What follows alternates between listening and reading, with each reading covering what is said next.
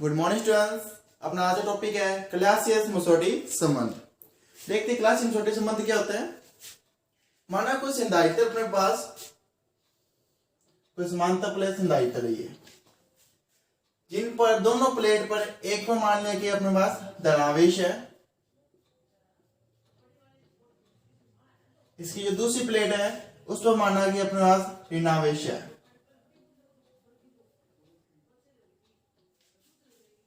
इस पर माना आवेश घनत्व अपने पास सिग्मा है प्लस सिग्मा, इस पर माना अपने ने माइनस सिग्मा है। आवेश घनत्व होता है, आवेश घनत्व को सिग्मा से लिखते हैं अपने। ये होता है आवेश बटे में क्षेत्रफल। क्षेत्रफल क्या है? जो अपने दोनों प्लेट ली है उसका क्षेत्रफल है। तो अपने देखो इसके बीच में जब अपने को इसकी परावैद्युतांक पदार्थ रखते हैं, माना इसी बीच में कोई परावैद्युतांक पदार्थ रखती है, तो जब बीच में परावैद्युतांक पदार्थ नहीं था तो भी इसमें एक विद्युत क्षेत्र लग रहा था। वो किसी कारण लग रहा था? सिग्मा फ्री और माइनस सिग्मा फ्री, इन दोनों के कारण लग रहा था। जैसे इसी बीच में कोई परावैद्युतांक पदार्थ था, ये क्या अपने पास परावैद्युतांक पदार्थ, तो इनके कारण भी जो विद्युत क्षेत्र पहले लग रहा था वो प्रभावित होएगा। जब ये विद्युत क्षेत्र प्रभावित होगा तो ये जितना विद्युत क्षेत्र होगा इसके अंदर, उसका मान किस संबंध के द्वारा करते हैं? क्लासियस सिनुसोइडी संबंध। किसी बीच में अगर कोई परावैद्युतांक पदार्थ रख दे अपने, तो उसके कारण इसका जो विद्युत क्षेत्र था उसका मान कितना प्रभावित होगा, वो संबंध अपने दिया था क्लासियस सिनुसोइडी ने, तो उसको नाम दे दिया क्लासियस सिनुसोइडी संबंध। तो देखो इसके बीच में जो विद्युत क्षेत्र लग गया उस विद्युत क्षेत्र में कहते हैं स्थानीय विद्युत क्षेत्र।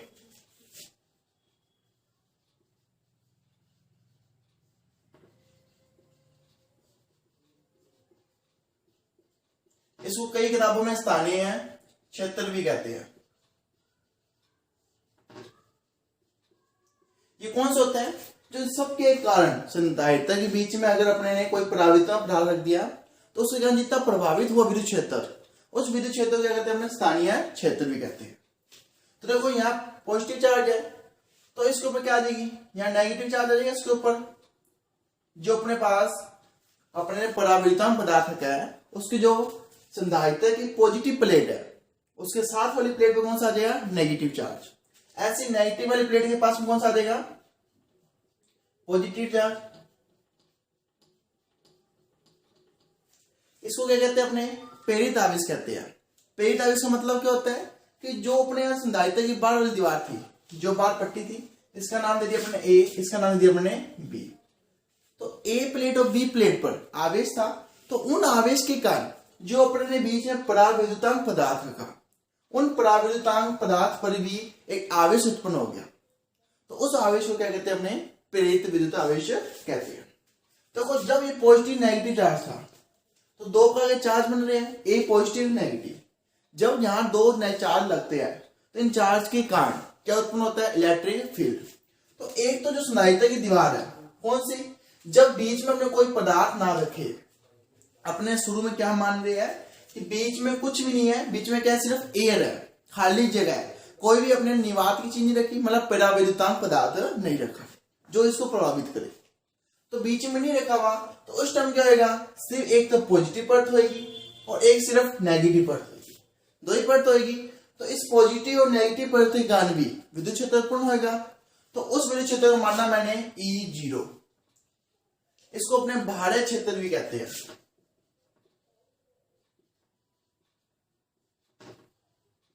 अब देखो इसको बाह्य क्षेत्र क्यों कहते हैं?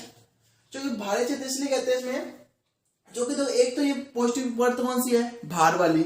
नेगेटिव परत भी कौन सी है? भार वाली। इन दोनों का कारण उत्पन्न हो रहा है, इसलिए मैं क्या कहेंगे? इसको बाह्य क्षेत्र कहेंगे। अब देखो इनके कारण एक अंदर भी क्या हो गया?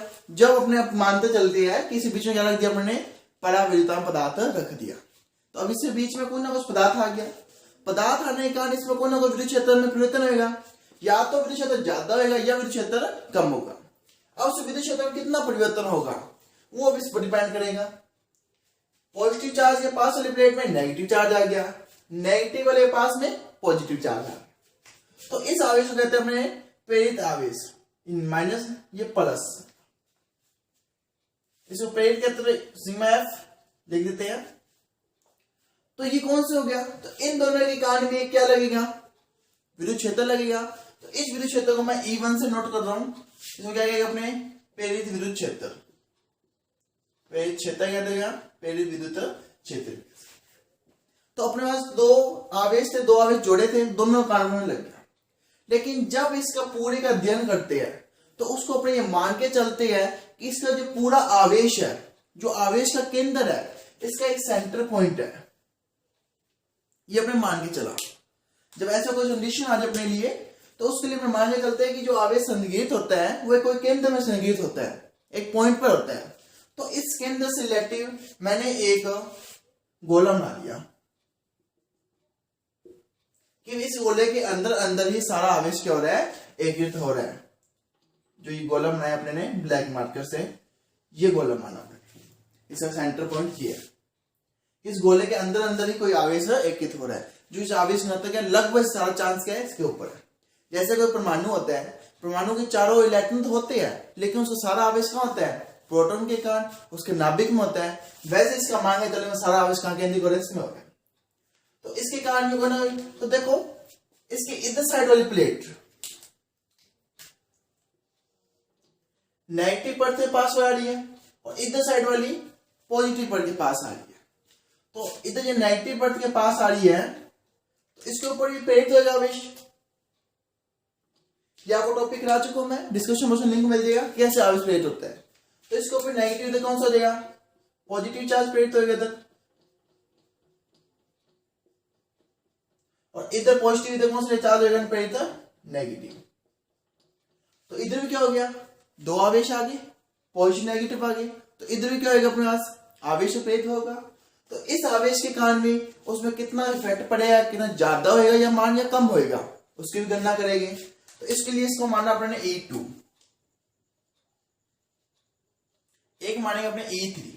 E3 क्या होगा, इस गोले के अंदर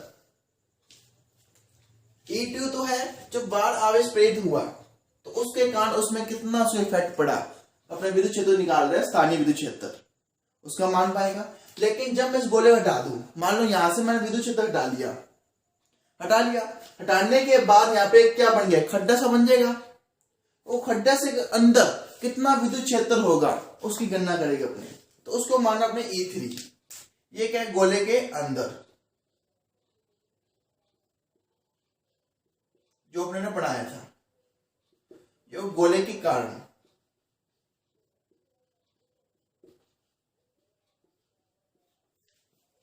तो मतलब इतना विद्युत क्षेत्र टोटल लगेगा। तो मानना मैंने सुनो टोटल फील्ड कितना लगा, EL।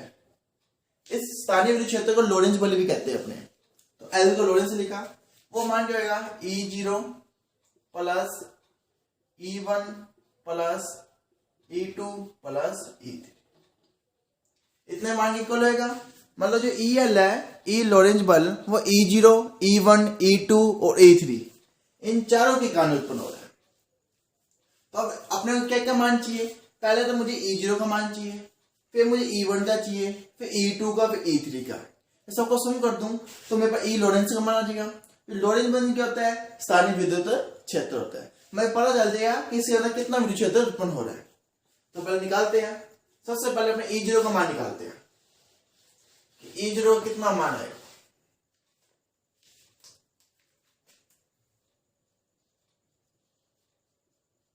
तो E0 क्या है, विद्युत क्षेत्र है। तो कौन सा भारे विद्युत क्षेत्र, तो भारे विद्युत क्षेत्र में आवेश घनत्व क्या है, सिग्मा फ्री, और इसका सिग्मा फ्री आवेश घनत्व। तो E0 क्या होगा, विद्युत क्षेत्र क्या होता है, आवेश घनत्व बटे में साइलेंट नोट। तो इसका आवेश घनत्व कितना है, सिग्मा फ्री बटे में साइलेंट नोट। और इससे पहले जो लास्ट लेक्चर किया था अपने ने, उसमें मैंने आपको समझ आया था E3 बराबर D होते हैं। D क्या है, डिस्प्लेसमेंट विस्थापन होता है, जो संधारित्र के इलेक्ट्रिक ही था। अगर आपने वो वीडियो नहीं देखी है तो डिस्क्रिप्शन बॉक्स में लिंक है, वहां जाकर आप देख सकते हो। तो D equal to sigma free होते हैं, मतलब E0 equal to D point में साइलेंट। ये अपने पास क्या आ गया, E0 की वैल्यू आ गई डी पॉइंट में साइलेंट नोड। ये कौन सा आया अपने पास, जो भारी विद्युत क्षेत्र जब बीच में अपना कोई भी पराविद्युतांक पदार्थ नहीं था, तो उसके कारण उसमें कितना इलेक्ट्रिक फील्ड लगा था, वो इलेक्ट्रिक फील्ड अपने E0 माना था, E साइन नोट कहते हैं अपने इसको। इसको माने इक्वेशन नंबर 1, इसको माने इक्वेशन नंबर A। ऐसे मैं निकाल रहा हूं E1। E1 क्या था कि इसके कारण जो विद्युत आवेश प्रेरित हुआ अंदर, जो पराविद्युत पदार्थ रख दिया अपने ने, पराविद्युत पदार्थ रखने के कारण इसके अंदर जो विद्युत आवेश प्रेरित हुआ, उस प्रेरित आवेश का कितना मान होगा वो था। तो विद्युत क्षेत्र का फॉर्मूला तो भी होता है आवेश घनत्व बटे साइलेंट नोट। इसके लिए आवेश घनत्व कितना होगा, सिग्मा एफ। इसको मैं सिग्मा पी से या सिग्मा से लिख देता हूं सीधा, इतना होगा। और इससे पहले जो विद्युत विस्थापन वाला टॉपिक किया था, उसके अंदर अपने एक और बात कही थी, प्रेरित ध्रुवित आवेश। तो प्रेरित ध्रुवित आवेश सिग्मा बराबर क्या होता है, माइनस पी होता है। ये प्रेरित ध्रुवित कहते हैं इसको, ध्रुवन, प्रेरित ध्रुवन। तो E1 कितना हो जाएगा, equal to minus P point में साइलेंट। यह आ गई इक्वेशन नंबर, अपने दोनों इक्वेशन आ गई, इसको मैं साइड में नोट कर लेते हैं। E0 equal to D point में silent note, E1 equal to minus P point में साइलेंट। ये अपने पास दो इक्वेशन आ चुकी है, मतलब अपने E0 का मान और E1 दोनों पता लग गया। E0 जो भारे फील्ड के कारण था, E1 जो अपना प्रेरित हुआ है उसके कारण जितना इलेक्ट्रिक फील्ड था। अब निकाला है E2 के कारण। E2 क्या है, इस गोले के कारण है जिसमें अपने मानना कि सारा आवेश क्या है, संग्रहित है। मेन टॉपिक इस लेसन क्या है, E2 पर ही रिलेटिव है। जो अपने डेरिवेशन कर रहे हैं, इसको जो मेन पार्ट है वो सारा E2 ही है।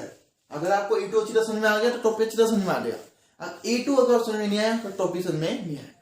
अब देखते हैं अपने E2 का क्या रिलेटिव है।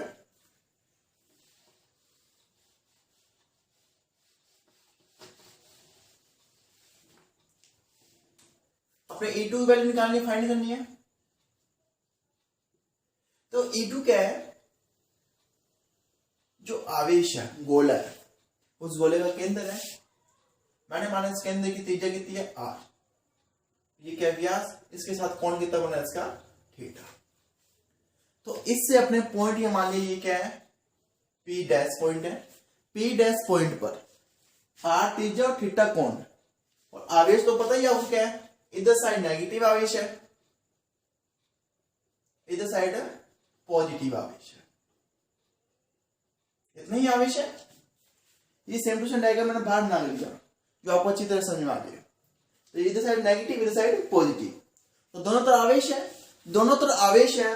तो आवेश के कारण क्या उत्पन्न होगा, इसमें विद्युत विभव उत्पन्न होगा। किसी भी पॉइंट के लिए थीटा कोमा आर के लिए विद्युत विभव का मैं डेरिवेशन करा चुका हूं। अगर आपने वो वीडियो नहीं देखी है, डिस्क्रिप्शन में उसका लिंक है, वहां जाके आप देख सकते हो। ये पूरा अपना डेरिवेशन करा है। तो इसमें जो अपने पास विद्युत विभव होगा फाई, ये विद्युत विभव को अपने फाई से डिनोट करते हैं। इसका पूरा वर्णन कराया है मैंने आपको। विद्युत का फॉर्मूला क्या होता है, के क्या होता है, एक नियतांक। अपने थीटा कोण की बात कर रहे हैं और साथ में आर त्रिज्या की बात कर रहे हैं। तो इसका मान लिखेंगे अपने के पी कोस थीटा और कोण में आर। कोस थीटा जो कोण बन रहा है, आर जो उसकी त्रिज्या ली थी अपने, या आर स्केयर होता है। पाई 0 के पी कोस थीटा कोण में आर स्केयर। पी क्या होता है, द्विध्रुव आघूर्ण।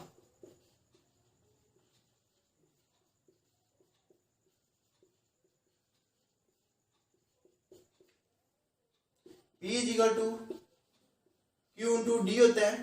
Q आवेश इंटू आवेश के बीच की दूरी। आवेश के बीच की दूरी मैंने यहां से यहां तक कितनी मान ली, D मान ली। D क्या होता है, इसका व्यास। R त्रिज्या, त्रिज्या को दुगना होता है व्यास, इसमें D मान ली। Q आवेश है। अपने जानते हैं सिग्मा 0 क्या होता है, Q कोण में A। आवेश घनत्व आवेश बटे में क्षेत्रफल। तो मैंने यहां लगाया सिग्मा 0 Q कोण में A। तो P 0 क्या आ गया, सिग्मा इंटू A इंटू में D। ये आ गई रिलेशन। तो P is equal to sigma into A into D. A into D क्या होता है? वॉल्यूम V होता है। ये V क्या है? आयतन। यहाँ वेलोसिटी से मतलब नहीं अपने को, यहाँ किससे मतलब है? वॉल्यूम से मतलब आयतन से। सिग्मा क्या? आवेश घनत्व। तो P की जगह मैं सिग्मा इंटू V लिख सकता हूं। तो अपने सिग्मा इंटू V लिखेंगे इसको, फिर आगे अपने इसको चेंज करेंगे।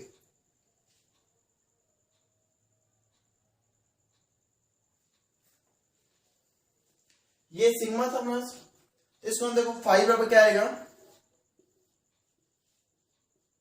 के sigma V cos theta upon में R स्क्वायर।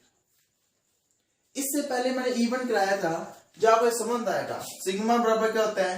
P होता है, और V बराबर गोले का आयतन क्या होता है? 4/3 पाई R क्यूब। ये P क्या है? प्रेरित ध्रुवण है, और स्मॉल p क्या था? द्विध्रुव आघूर्ण था। और ये प्रेरित ध्रुवण, दोनों फर्क है स्मॉल p और कैपिटल P में। यहाँ कैपिटल P है, तो इसके मान रखेंगे इसके अंदर। फाई इज इक्वल टू के P 4/3 पाई R cube cos theta upon में R स्क्वायर। ये मान आ गया। R स्क्वायर से क्यूब काटी तो पावर बच गई सिंगल बनी, तो प्रिजर्व कर देते हैं हमने।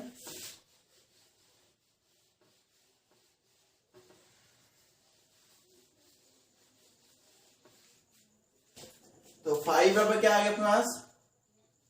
के P 4/3 पाई R कोस थीटा। ये आ गया। के एक नियतांक होता है, के की वैल्यू क्या होती है? 1/4 पाई साइलेंट नोट। ये अपने के की वैल्यू होती है। तो 5 बराबर क्या आएगा? 1/4 पाई साइलेंट नोट P इंटू 4/3 पाई R कोस थीटा। 5 से 5 कैंसिल आउट, 4 से 4 कैंसिल आउट। ऊपर क्या बचा? P R cos theta upon में 3 साइलेंट। ये आ गया अपने पास 5 की वैल्यू। इसमें क्या आ गया? अपने विद्युत विभव, क्योंकि उससे पहले हमें विद्युत विभव भी ज्ञात करना होता है। इसका अपने क्या ज्ञात करना है? Electric field. इससे पहले विद्युत विभव क्यों ज्ञात किया? क्योंकि अपने पास R त्रिज्या और थीटा कोण था। तो जब R त्रिज्या थीटा कोण के कारण किसी बिंदु पर सबसे पहले अपने विद्युत विभव ही ज्ञात करते हैं। 5 से हमने क्या फाइंड करेंगे? इसका फिर अपने 5 से इसका इलेक्ट्रिक फील्ड ज्ञात करेंगे, E ज्ञात करेंगे। इसका अपने रिलेशन जानते हैं क्या होता है? पहले अपने ने मानना, इसके अपने रिलेशन मान लेते हैं। P R कोस थीटा है, तो ये मान लो मैं R cos theta is equal to Z। Z इसकी दूरी मान ली अपने यार, R cos theta is Z। तो 5 क्या आ गया? P Z अपॉन में 3 साइलेंट नोट। ये आ गया अपने पास एक रिलेशन, मतलब विद्युत विभव आ गया। लेकिन फाइंड क्या करना है अपने को? विद्युत क्षेत्र। तो विद्युत विभव और विद्युत क्षेत्र में रिलेशन होता है, वो देखो क्या होता है? E is equal to minus del phi. ये अपने पास संबंध होता है विद्युत विभव और रिलेशन में। इसमें E is equal to minus del phi. Del क्या होता है? लाप्लास संबंध होता है ये। तो E यहाँ क्या था? 2,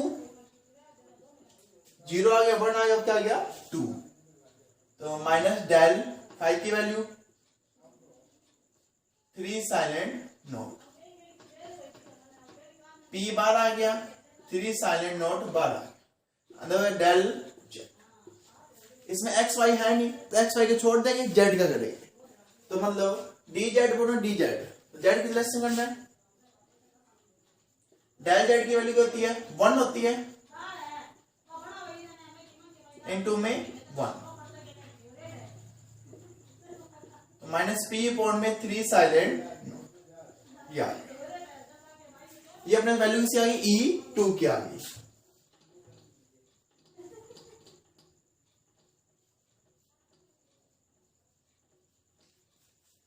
अपने पास E0 क्या आ गई, E1 की आ गई। अब निकालिए अपने E2 की वैल्यू निकालिए। E2 आप माइनस पी अपॉन में 3 साइलेंट नोड।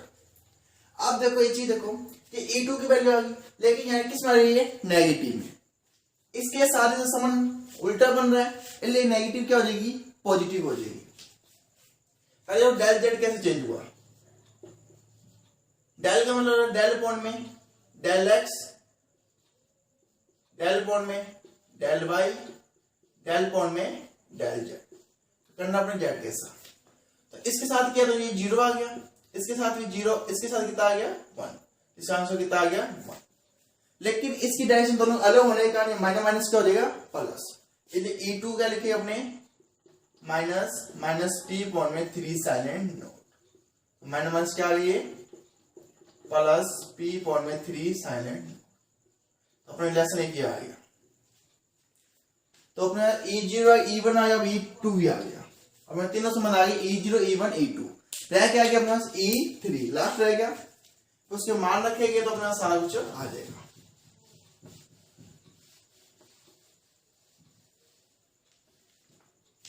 अब अपने E3 फाइंड करते हैं। E3 क्या है, इस गोले के अंदर कितना विद्युत है। देखो इस गोले के अंदर अपने को देखना है, जब इसमें गोला शामिल है, अपने क्या किया था, कई बार गोला हटा दिया ना अपने, और कई बार गोले इसके अंदर रखा था, तो इस गोले के अंदर कितना शामिल है उसको अपने चेक करेंगे।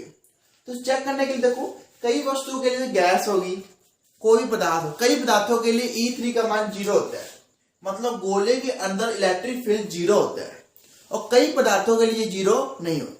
लेकिन जो अपने क्लासिक मोसोटी संबंध है जो अपने कर रही है, इसमें जो स्थानीय क्षेत्र का मान निकाले लोरेंज बल का, उसके अंदर क्या होता है, लोरेंज क्षेत्र निकाल रहे अपने, उसके अंदर जो अपने परावैद्युतांक पदार्थ लेते हैं वो ऐसा लेते हैं जिसके लिए जो अपने गोला बनाते हैं उस गोले के अंदर इलेक्ट्रिक फील्ड कितना हो 0।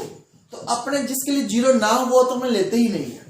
देखो दोनों ही संभव है, 0 इक्वल हो सकता है नहीं हो सकता है, लेकिन अपने क्लासिक मोसोटी संबंध में ले रहे हैं ऐसा पदार्थ जिसके लिए क्या हो 0 हो ही, जिसके लिए 0 नहीं है अपने पदार्थ ऐसे ले ही नहीं रहे, इसलिए अपने क्या मान के चले पदार्थ क्या है 0 है।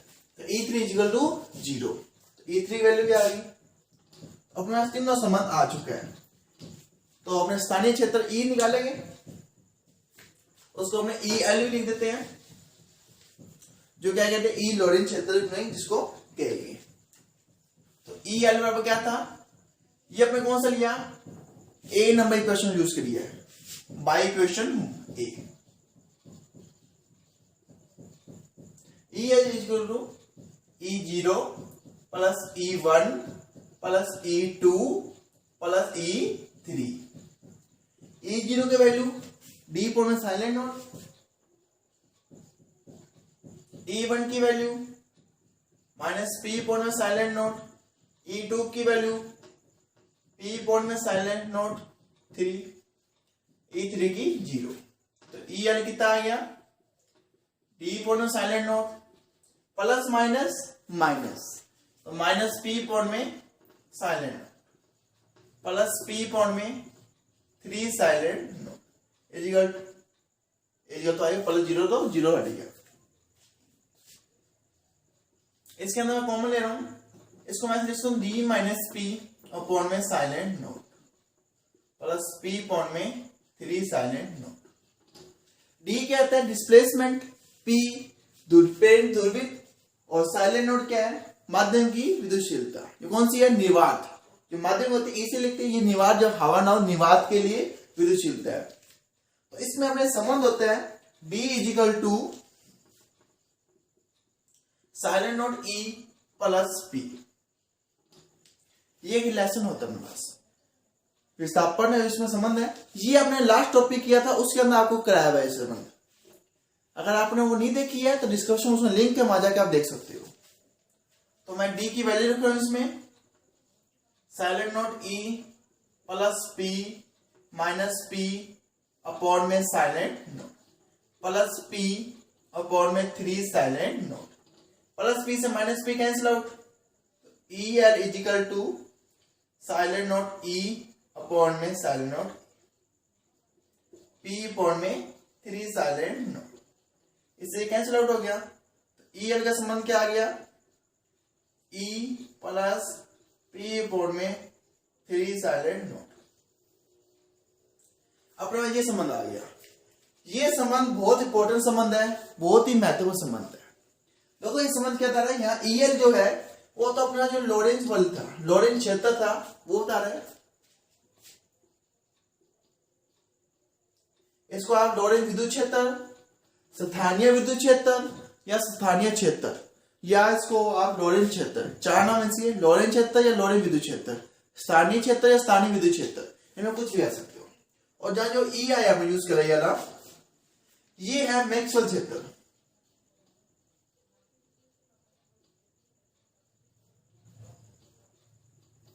देखो दोनों में अंतर क्या है, दोनों ही विद्युत की बात कर रहे हैं, विद्युत क्षेत्र की बात, इलेक्ट्रिक फील्ड की बात कर रहे हैं।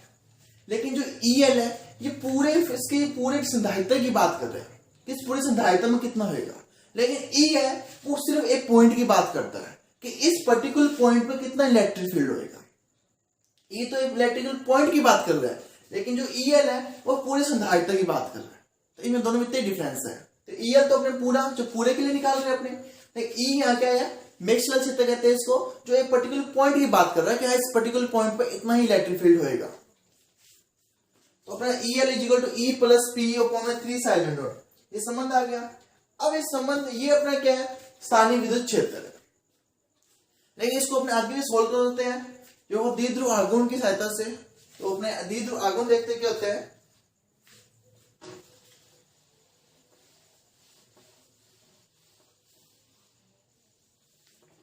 जो अपना ई एल का संबंध आया है, ये आ गया आपका स्थानीय विद्युत क्षेत्र। लेकिन यहां से अभी क्लासेस मोजोरिटी जो संबंध की दी थी इन्होंने, जो समीकरण दी थी, वो समीकरण अभी डेरिवेट नहीं हुई। तो अब आगे उस समीकरण से डेरिवेट करते हैं।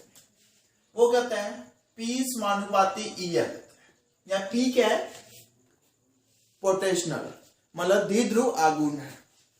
तो P equal to alpha E L मान लिया मैंने, जो समानुपाती इंसान जाते हैं कांस्टेंट आता है, कांस्टेंट माना मैंने अल्फा है। तो P equal to alpha E L. अब मैं देखो यहाँ क्या कर रहा हूं, तो P equal to alpha E L है, यहाँ पर ई एल की वैल्यू रख देंगे साथ में। अब देखो क्या होता है, P तो बात हो रही है सिर्फ एक अणु के लिए, मैंने माना P, जो कैपिटल P होता है वो कहता है N इंटू P होता है। ये N क्या है, टोटल नंबर, उसके अंदर कितने इलेक्ट्रिक, मतलब उसके अंदर कितना भाग बात कर। ये तो हम सिर्फ पॉइंट की बात करें, इस पर इतना इलेक्ट्रिक लग रहा है, विद्युत द्विध्रुव आघूर्ण लग रहा है। लेकिन N हो गया पूरे की बात कर रहे हैं, तो मैं इसको लिख सकता हूं। तो P equal to N alpha E, ये समझ आ जाएगा। P equal to N alpha E L, N alpha E L इसलिए आ गया जो उसको हमने मान रखा, N P का मान रख दिया इसके अंदर। तो ई एल का मान अभी डेरिवेट किया था अपने ने, N अल्फा, ई एल का मान क्या आया था अपने पास, E प्लस P पोर में 3 साइलेंट नोड, या E क्या था, मैक्सवेल क्षेत्र था। इसको अपने अंदर मल्टीप्लाई करते हैं, N alpha E plus N alpha P upon में 3 साइलेंट नोड। दोनों का P कैपिटल है, तो मैं इसको इधर लिया जाऊं,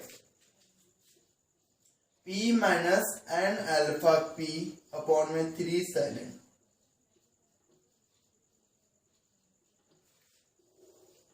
कॉमन लिया, P आ गया 1 माइनस N अल्फा अपॉन में 3 silent node, N alpha.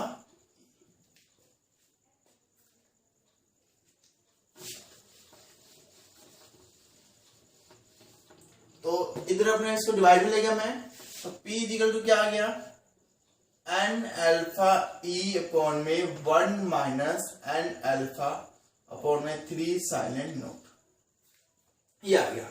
P equal to N alpha E upon में 1 माइनस N अल्फा अपॉन में 3 साइलेंट नोड, ये अपना संबंध आ गया। तो P बराबर एक संबंध और होता है, ये अपने विस्थापन से पहले कराया गया था, वो क्या होता है, साइलेंट नोड काई ई। काई क्या होता है, विद्युत प्रवृत्ति, ई इलेक्ट्रिक फील्ड, साइलेंट नोड आप जानते हो निमायक की विद्युत शीलता। तो इसमें वैल्यू रखना मैं। विद्युत प्रवृत्ति के बारे में आपको पूरी डिटेल से वर्णन करा चुका है। आप हमारे डिस्क्रिप्शन में लिंक है, वहां से आप देख सकते हो। n अल्फा e अपॉन में 1 माइनस n अल्फा अपॉन में 3 साइलेंट नोट। e से e cancel out, silent note divide मिलेगा। तो काई इज इक्वल टू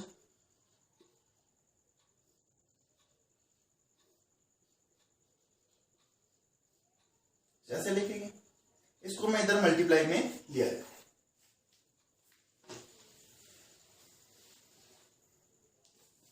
आई से मल्टीप्लाई करूंगा इसको मैं 1 माइनस n अल्फा अपॉन में 3 silent note is equal to n alpha upon में साइलेंट नोट। काई से मल्टीप्लाई काई माइनस n अल्फा काई अपॉन में 3 silent note is equal to n alpha upon में साइलेंट नोट। इसको मैं इधर ले आऊंगा, सामने कॉमन लूंगा, क्या है देखिए, chi is equal to n alpha upon में silent note plus n alpha काई अपॉन में 3 silent note. n alpha upon में साइलेंट नोट कॉमन आ रहा है तो मैंने बाहर ले लिया, इधर 1 बचेगा, इधर बचेगा काई अपॉन में 3।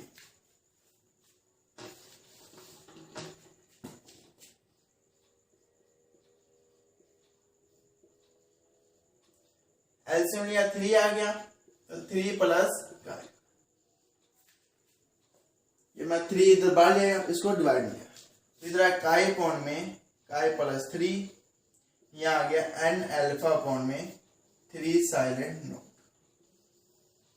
एक संबंध ये आ गया।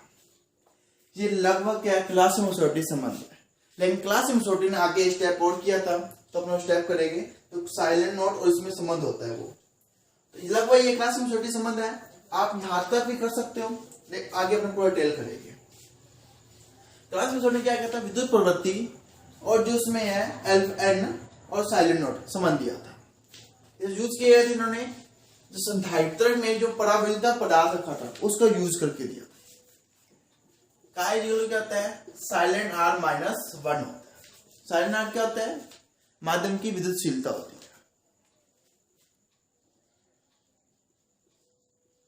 -1 प्लस 3, काय की वैल्यू रख दी +3 is equal to n alpha upon में 3 silent note. Silent r minus 1 upon में silent r plus 2 n alpha upon में 3 साइलेंट नोट। जो ये संबंध है, ये संबंध कहलाता है क्लासिमोसोटी संबंध। क्लासिमोसोटी संबंध लास्ट में ये संबंध दिया था। इस इक्वेशन क्या कहते हैं, अपने क्लासिमोसोटी संबंध कहते हैं।